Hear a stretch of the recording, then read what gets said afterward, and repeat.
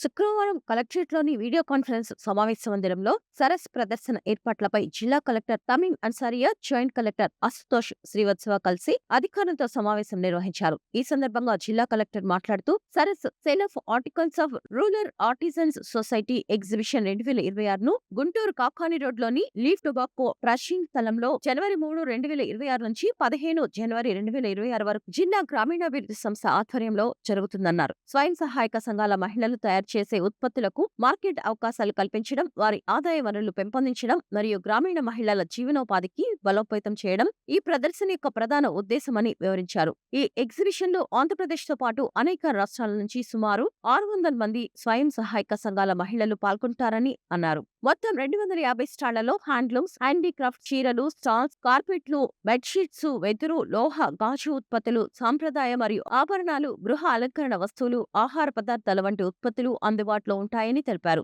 పండుగల కాలంలో అధిక ప్రజలు రాకపోకలు, మెరుగైన రవాణా సౌకర్యాలు మరియు మార్కెటింగ్ అవకాశాల నేపథ్యంలో గుంటూరు నగరాన్ని వేదికగా ఎంపిక చేయబడిందన్నారు. ఎగ్జిబిషన్ ఏర్పాటు చేసే స్థలంలో పారిశుద్ధ్యం, ఇతర అవసరమైన మౌలిక సౌకర్యాలు నగరపాలక సంస్థ అధికారులు ఏర్పాటు చేయాలని సూచించారు. భద్రత, నిఘా, అగ్నిమాపక సౌకర్యాలు, వైద్య సేవలు, తాగునీటి, పారిశుద్ధ్యం, లైటింగ్ మరియు జనరేటర్ ఏర్పాట్లు సంబంధిత శాఖలు పర్యవేక్షించాలన్నారు. ఎగ్జిబిషన్ లో ప్రతిరోజు సాయంత్రం సాంస్కృతిక కార్యక్రమాల నిర్వహణకు పర్యాటక శాఖ, విద్యాశాఖ, సాంస్కృతిక శాఖ సమన్వయంతో అవసరమైన ఏర్పాట్లు చేయాలన్నారు. రాష్ట్రంలోని వివిధ ప్రాంతాల నుంచి, ఇతర రాష్ట్రాల నుంచి స్టాల్స్ ఏర్పాటు కోసం వచ్చే స్వయం సహాయక సంఘాల సభ్యులకు అనువైన వసతి కేంద్రాలను డిఆర్డీఏ, మెప్మా అధికారులు గుర్తించి ప్రతిపాదన అందించాలన్నారు. ఎగ్జిబిషన్ కి సంబంధించిన గ్రామాల్లో, పట్టణ ప్రాంతాల్లోనూ విస్తృత స్థాయిలో ప్రచారం కల్పించేలా పంచాయతీ పురపాలక శాఖలు, అధికారులు చర్యలు తీసుకోవాలన్నారు. జిల్లాకు సంబంధించి ప్రసిద్ధ ఉత్పత్తులతో స్టాల్స్ ను ఏర్పాటు చేయాలన్నారు. ఎగ్జిబిషన్ విజయవంతంగా నిర్వహించేలా అధికారులు సమిష్టిగా కృషి చేయాలన్నారు.